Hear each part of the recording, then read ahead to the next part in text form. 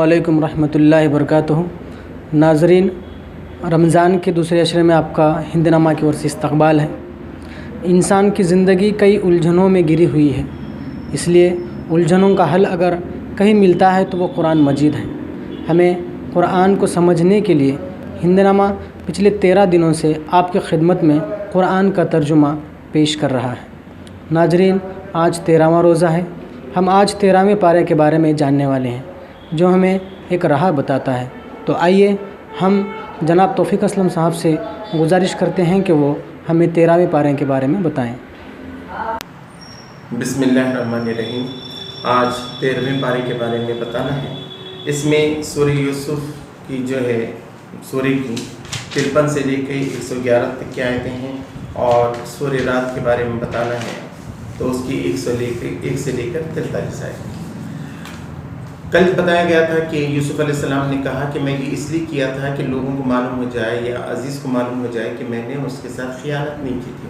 پھر دیکھیے، کوئی بھی پیغمبر ہے نا، وہ معصوم عن الخطا ہوتے ہیں، ان سے کبھی گناہ نہیں ہوتا، لیکن بہت بڑپن ہے یوسف علیہ السلام کا کہ انہوں نے کہا کہ میں اپنی پاکی نہیں یہاں بیان کرنا چاہ رہا تھا یہ قصے سے، بلکہ جو نفس امارہ ہے وہ تو برائی کی طرف ہی کھینچتی ہے، تو میرا رب ہی جو ہے غفور الرحیم ہے۔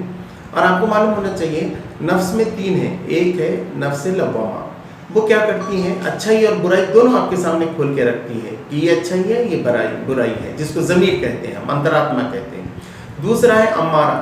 امارہ کیا کرتی ہے؟ برائی کی طرف ہی کھینچتی ہے انسان۔ اور تیسری ہے نفس مطمئنہ۔ مطمئنہ بالکل برائیوں سے ہٹا دیتی ہے، ایک دم نیکی کی طرف چلی جاتی ہے۔ یا ایتھا النفس المطمئنہ ارجعی الی ربک راضیۃ مرضیہ، اس کے اندر اس کا ذکر آیا۔ تو کہا کہ یہ نفس امارہ جو ہے یہ تو بہکاتا ہی ہے، میرے رب نے مجھے بچا لیا اور اللہ تبارک تعالیٰ نے رحم کیا۔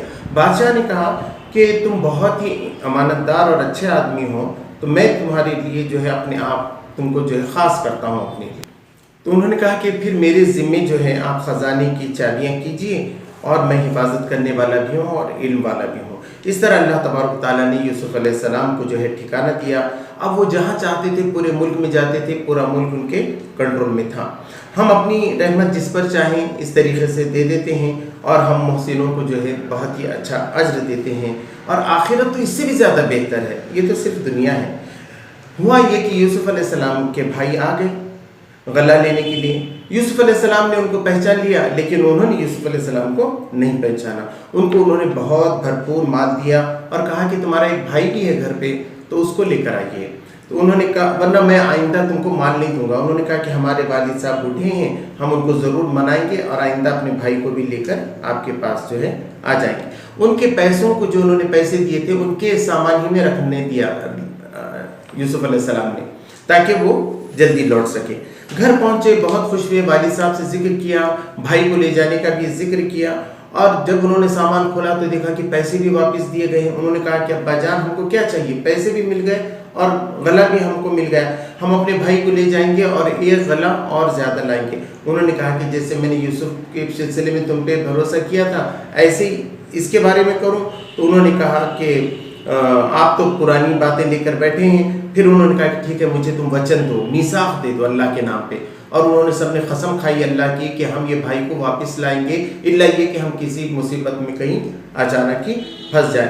پھر انہوں نے کہا کہ تم سب الگ الگ دروازے سے جانا۔ ایک تدبیر تھی جو یعقوب علیہ السلام کے علم کے مطابق انہوں نے دی تھی۔ اللہ تبارک تعالیٰ نے کہا ہوتا وہی ہے جو اللہ چاہتا ہے۔ اس کے بعد جب وہاں پہنچے تو یوسف علیہ السلام نے اپنے بھائی کو اپنے پاس بلا لیا۔ وہ ایک ماں کے بیٹے تھے۔ تو انہوں نے کہا کہ تم کو اب تک جو تکلیف ہو گئی ٹھیک ہے، اب تو تم آ گئے ہو، میں تمہارا بھائی ہوں اور میں کوشش کروں گا۔ واپسی میں انہوں نے یہ کیا کہ اپنے بھائی کا جو سامان تھا اس کے اندر پانی پینے کا پیالہ اور کٹورا رکھ دیا، اور ان کے پہرے دار نے آواز لگائی، ارے تم لوگ چور ہو۔ انہوں نے کہا کیا چیز کھو گئی آپ کی؟ کہا کہ پیالہ کھو گیا۔ انہوں نے کہا کہ ہم چور نہیں ہیں اور نہ ہم فساد پھیلانے کے لیے آئے ہیں، مصیبت میں ہم کچھ اناج لینے کے پاس آپ کے پاس آئے۔